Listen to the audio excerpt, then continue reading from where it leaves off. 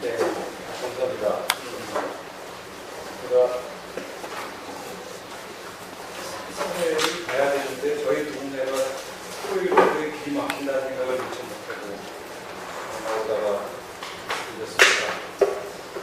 오늘 의석 박사님께서 지난번에 전명글 박사님이 글 정리에 개괄적으로 정리하고 발표하고 또 두 분이 토론한 내용들의 공통점을 교육적 종교평화 쪽에 초점을 두고 잘 추리시고 정리하고 간명하게 제안하셨다고 생각합니다. 미리 글을 써서 ESF를 하면서 구체적으로 어떻게 지수할 것인가에 아주 거친 생각들이 저도 이제 거칠게 들리기 시작했는데 그래도 두 번째 콜로퀴움 하면서 그런 그림이 그려져가게 되는 듯해서 저는 개인적으로 자연스럽게 생각합니다. 오늘 이승호 박사님 글에 대해서 두 분의 논조가 준비되어 있습니다. 두 분 다 아주 적절한 논자이십니다. 자료집에 열어주신 거대로 광수 박사님 먼저 하시겠습니다. 그렇게 하시면서 그러면 역사 마쳤습니다. 이게 말이겠다. 그러면 되돌리려고 해서 죄송합니다. 그럼 박성명 박사님께서 여기서 박사님께 대한 의견을 해주시겠고요. 기본적으로 종교학자이고 또 신학자이기도 하시면서 평화운동에 관한 아주 대표적인 전문가이시기도 하십니다. 15분 정도 하십니다. 박수로 환영하겠습니다. 15분이면 그냥 읽어도 좀 생각할까요? 편집은 자유롭고 마시고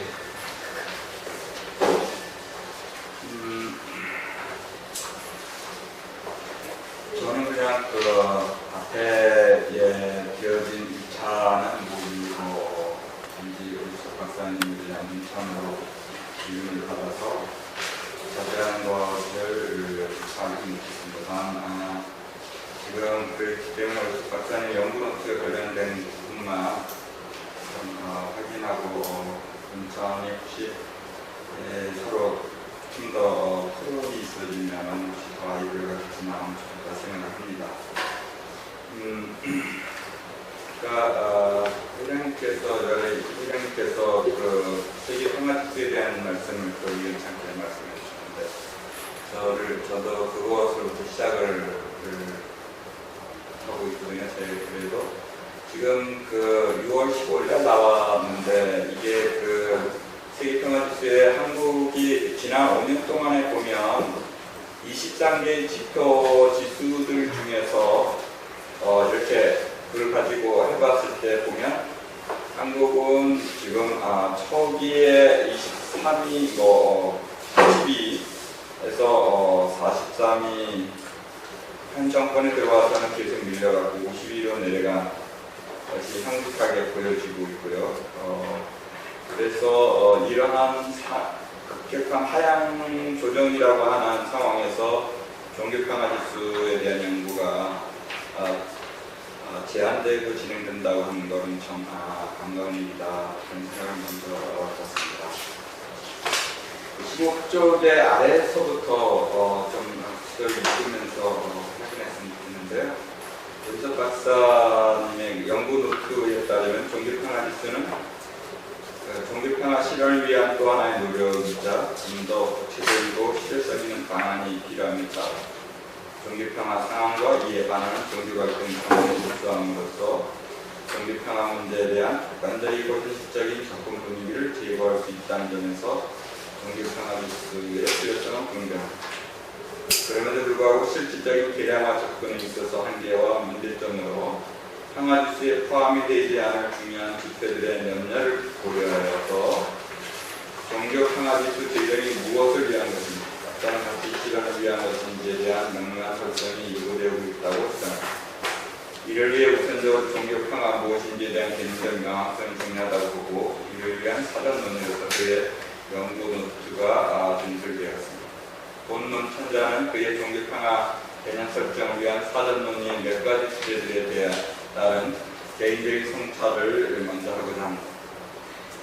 종교가 평화의 힘이 되는지 아니면 폭력과 갈등을 조장하는지에 대한 문제에 관하여 오지석 박사는 제안하기를 종교의 본질을 평화와 선으로 규정한다면 종교 평화 개념은 종교의 본질에서 어긋나는 요소와 상황들을 제거하고 올바른 종교 모습을 온전히 드러내는 것을 기본 내용으로 설정할 수 있다고 제안합니다.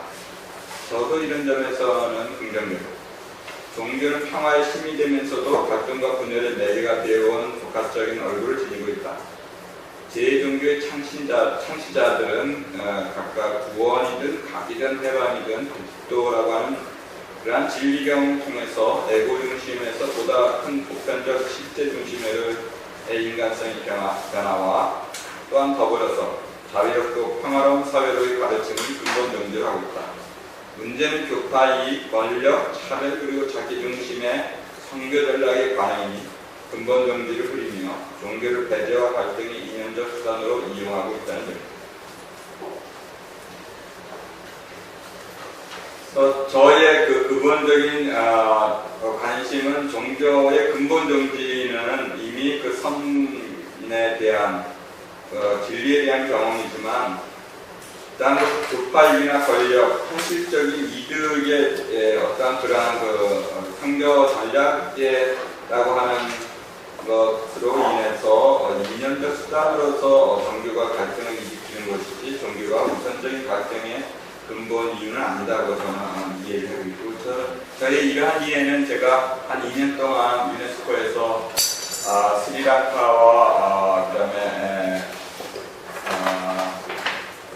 필리핀이라든가 이런 6개국을 CNA 프로젝트를 해서 종교의 갈등과 평화라는 제목으로 책을 낸 적이 있었는데 그때 당시에 저희들이 6개 나라를 다니면서 했던 중요한 이유가 종교 자체의 가르침이 아니라 개발과 관련된 차별 배제에 관련해서 종교가 이념적인 수단을 제공했다는 사실을 확인한 바도 있었기 때문에 그렇습니다.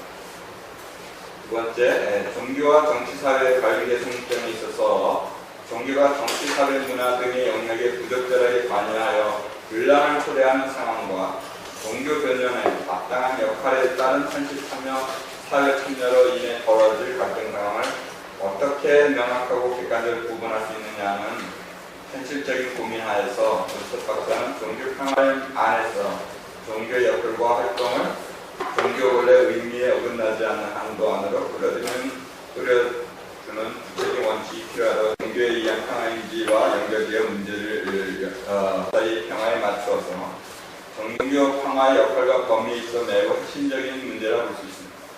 입자는 기독교인의 관점에서 평화운동을 실천하기 위해서 다양한 평화행동과 평화훈련 사업들을 다른 종교인들과 연대하여 현장에서 만납니다. 다행히도 한국 사회에서는 다른 나라의 경우와 달리 종교의 차이가 분쟁 자체의 문제로 비화하지 않고 공존하는 사회입니다. 일부 보수 기독교자들에 의해 저질러지는 어느 도시를 기독교학원, 불교의 템플스테이에 대한 국가 예산 지출에 대한 문제제기, 불교 사찰의 일부 훼손이나 정치행동, 단공 관련 신앙을 나타내는 역사적 유물과 지역의 생략에 대한 거부, 그리고 타신앙인 간의 결혼의 어려움 등이 반복되고 있지만 자체의 정화 능력을 갖고 대체로 잘 해결해 나가고 있는 형태입니다. 오늘날 평화운동에서 종교인들이 요구하는 것은 빈곤, 질병, 군사행동, 환경 악화의 지구화와 이에 대한 종교의 무력감과 무관심에 대한 비판입니다. 사회에서 종교의 인류의 공동선에 대한 가치와 비전에 대한 능력의 상실에 대한 실망감이 젊은 세대들을 종교로부터 떠나게 하고 있고 종교의 지도력에 대한 아쉬움을 갖고 있습니다. 이러한 문제들에 대한 종교의 지도력이 될 것이죠. 종교 사이의 평화가 어떻게 정의될지는 몰라도 이것이 단지 종교 간의 갈등을 없애는 수준에서 종교 평화 지수가 가능하다면 그것의 적용 의미가 별로 기대될 것이 없을 것이라는 것이 필자의 판단입니다. 여기에 몇 가지 이유가 있습니다. 첫째, 이미 진술한 대로 사회 안전망의 해체와 지구화된 불서 혼돈의 심각함에 대한 절박한 시대적 징조에 대해 성숙한 신앙인들이 자기 종교로부터 해답을 요청하고 있습니다. 둘째, 각 종교는 그 근본 종지가 자신의 추종자들의 이득과 안녕이 아니라 보편적인 세상에서의 삶, 타자와의 관계에 있어서 자기 종교의 기여와 헌신, 불교의 보살도라든가 기독교의 이익사랑의 예가 되있는데요. 을 근본적으로 전제하고 있으며 가르침의 핵심에는 이미 자기 종교밖에 세상 이웃과 타자들에 대한 관심을 지니고 있다. 셋째, 이와 관련하여 각 종교의 제자도의 정체성 혹은 교회나 사찰의 존재의 이유는 언제나 자기 종교 중심이 아니라 세상에서의 구제와 헌신이 있으며 타자를 향한 존재로서의 자기 사명을 갖고 있기 때문입니다. 개인 혹은 종단의 종교 자유의 문제에 있어서 박사는 종교 평화의 노력이 각 개인이나 각 정당의 개별성이 침해받을 수 있는 상황에 대한 고려가 필요하다고 말합니다. 이는 개별성의 침해가 또 다른 갈등과 분쟁의 원인이 될 수 있을 것이라고 하는 염려 때문입니다. 이는 종교 평화 지수가 강제로 작용할 수 있는가에 대한 수위에서 결정될 것이지만 필자의 판단은 어떤 평화 지수도 현실에 있어서는 실제로 강제력을 행사할 수 있는 입장은 아닙니다. 오히려 자기 종단의 내부에서 정책이나 구조에 있어서의 반평화적인 면이 있다면 스스로 자기 수정의 움직임에 힘을 넣어줄 수 있는 계기를 마련할 수도 있다.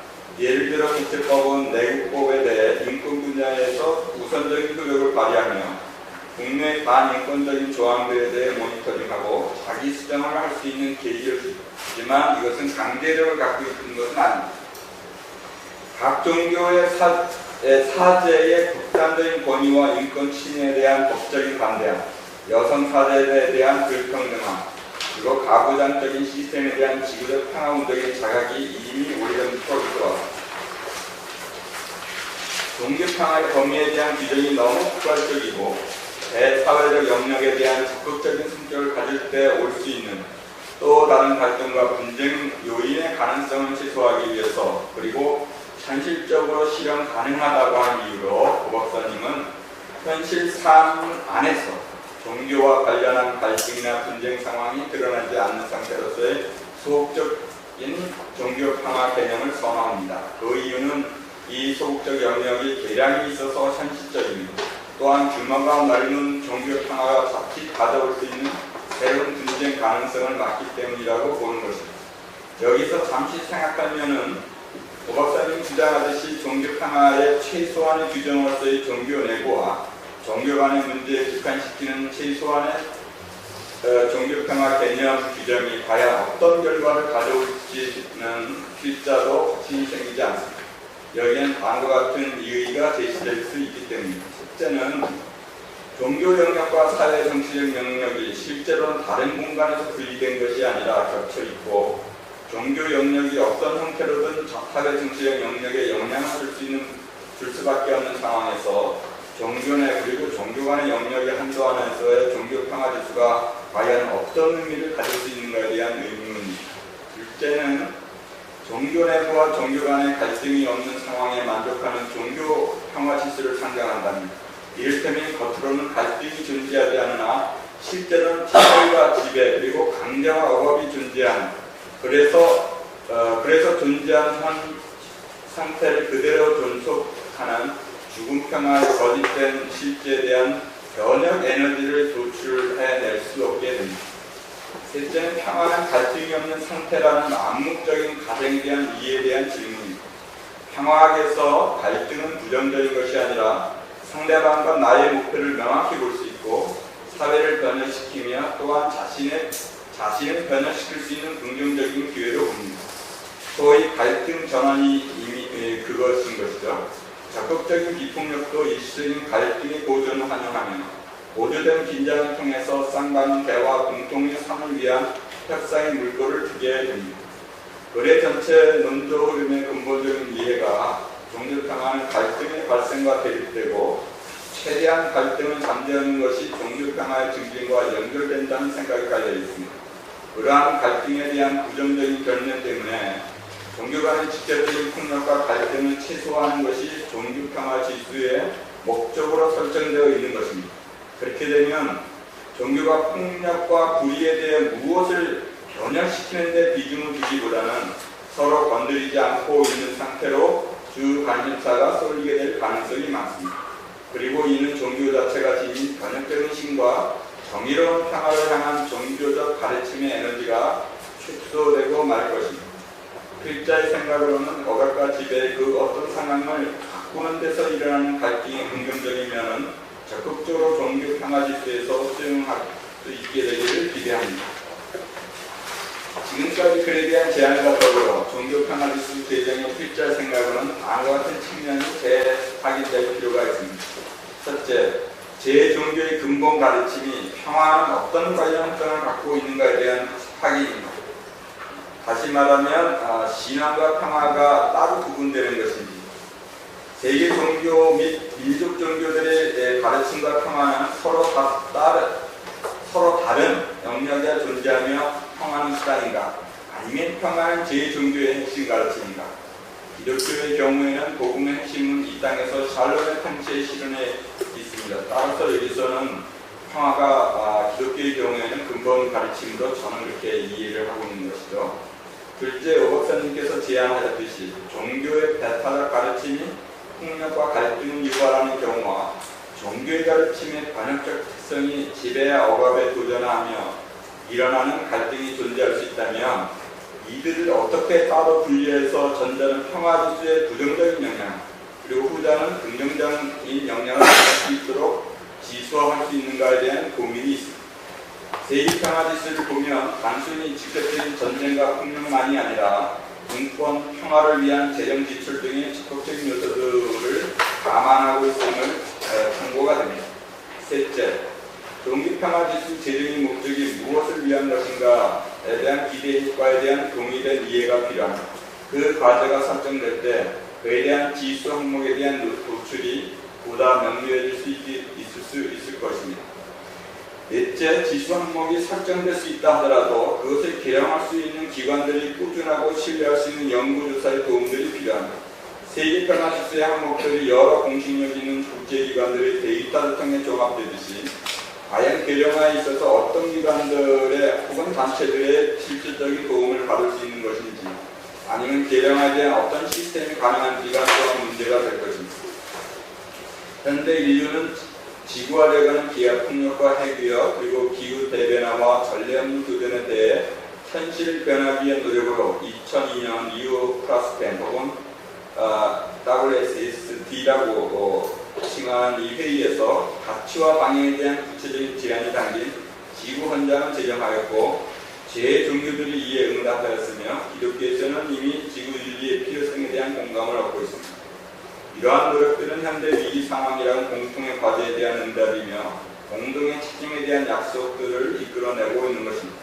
종교평화 지수가 그러한 노력들이 좀 더 구체적인 노력으로 이해될 수 있다면, 비록 지수가 어떤 문제는 노출시키고 어떤 문제는 가질 수 있다는 것을 민감하게 연구해 두면서도 종교들의 평화 능력을 함양시키고 자신의 헌신을 갱신과 증진할 수 있는데 영향을 줄 수 있다면 그것만으로도 큰 희망이 될 것입니다. 비록 자체의 모험과 어려움이 있지만 종교평화 지수에 대한 지속적인 논의가 결실이 있기를 기대합니다. 저의 마지막 관심은 이 마지막에 얘기한 것처럼 종교들의 평화 능력을 어떻게 함양시키고 자신의 헌신을 갱신과 증진할 수 있는데 영향을 이 지수가 줄 수 있을까, 그것에 대한 기대가 있습니다. 이것을 마치겠습니다.